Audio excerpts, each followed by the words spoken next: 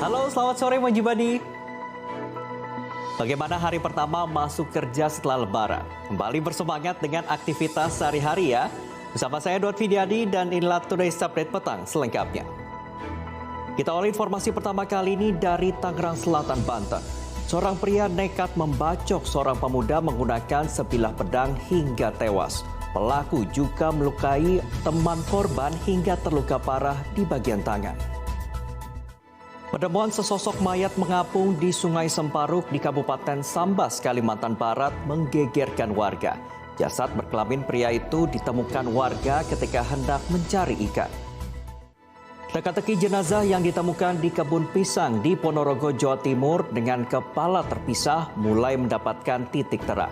Pria itu merupakan DPO polisi karena diduga sebagai pelaku penusukan terhadap wanita pedagang kopi beberapa minggu sebelumnya.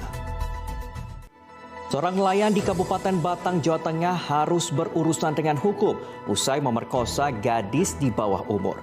Atas perbuatannya, pelaku dijerat pasal perlindungan anak dengan ancaman hukuman maksimal 15 tahun penjara. Jangan kemana-mana, Today's Update Petang akan kembali dengan informasi mengenai penangkapan pencuri motor. Informasinya sesaat lagi.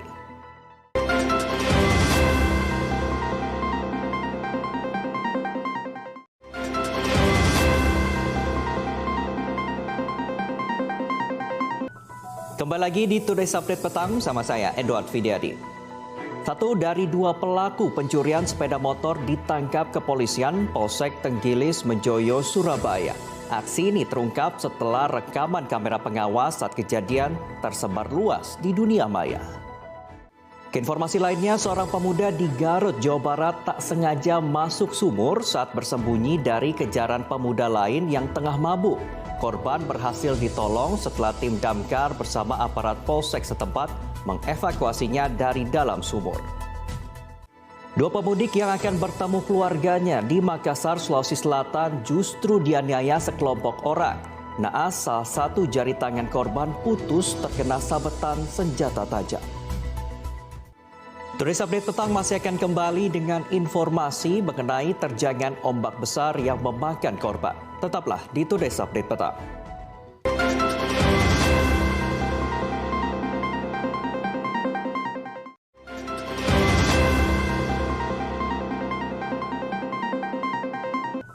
Terima kasih Anda masih bersama kami dalam Today's Update Petang. Hendak mengisi libur dengan bermain di Pantai Lembu Purwo, Kebumen, Jawa Tengah, seorang wisatawan malah hilang terseret ombak. Petugas gabungan terus melakukan pencarian untuk menemukan korban.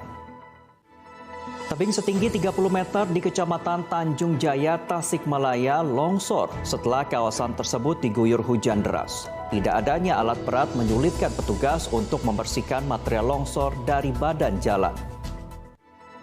Informasi lainnya, Mojibadi, sebuah mal di Makassar, Sulawesi Selatan, Senin malam terbakar hingga membuat ribuan pengunjung dan pekerja di mal panik.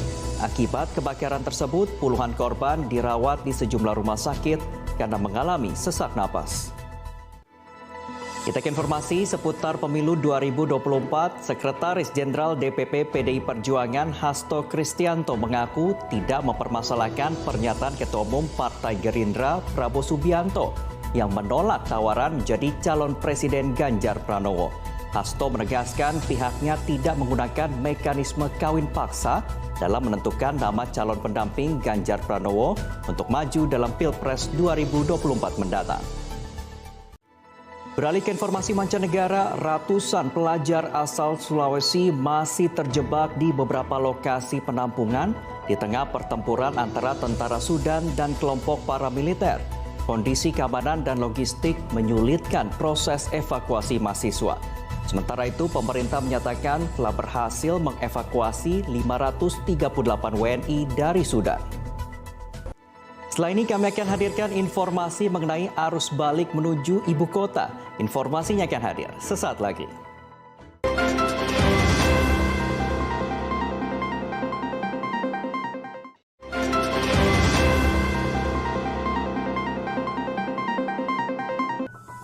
Anda masih menyaksikan Today's Update Petang bersama saya, Edward Fidiadi.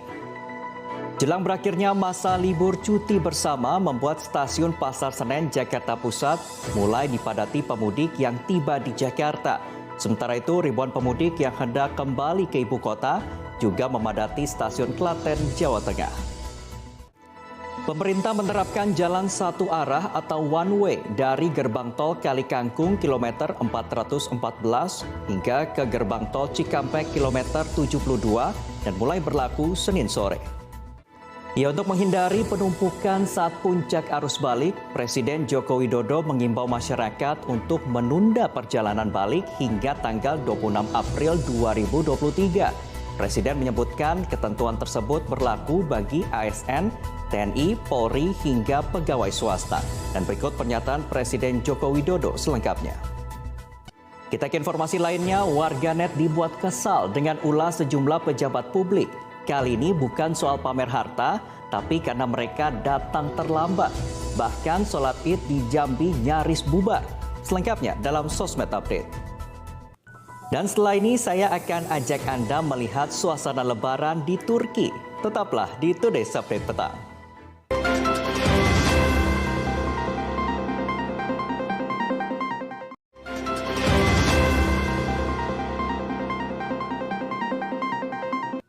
Terima kasih Anda masih bersama saya Edward Fidyadi dalam Today's Update Petang.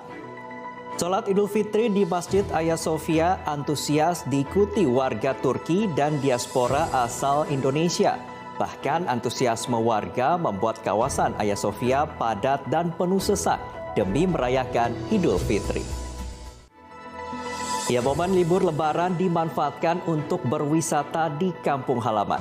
Salah satu yang menarik perhatian pengunjung di Magetan, Jawa Timur, ada keseruan main bareng dinosaurus di lereng Gunung Lawu. Ya, bagi Anda yang bingung menghabiskan waktu libur di Lebaran kali ini, mini zoo atau kebun binatang kecil bisa jadi pilihan Anda untuk berwisata bersama keluarga. Sejumlah kegiatan bisa dilakukan para pengunjung, mulai dari memberi makan hewan hingga menikmati fasilitas unik yang tersedia. Ya, sementara itu ribuan orang terus mengunjungi lokasi wisata di ibu kota Jakarta di masa libur Lebaran. Tempat wisata favorit yang ramai oleh warga seperti di Monumen Nasional Monas dan Taman Marga Satwa Ragunan. Mau nonton Moji dengan lebih jernih? Saksikan tayangan digital Moji di kota kesayangan Anda melalui list UHF berikut ini.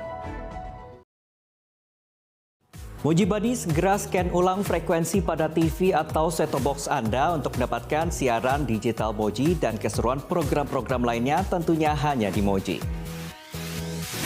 Dan berakhir sudah jumpa kita dalam Today's Update Petang untuk kali ini. Semoga informasi yang kami sampaikan dapat bermanfaat untuk Anda. Saya Edward Fidyadi pamit undur diri. Kita jumpa lagi dalam Today's Update Petang selanjutnya. Hanya di Moji, seru banget.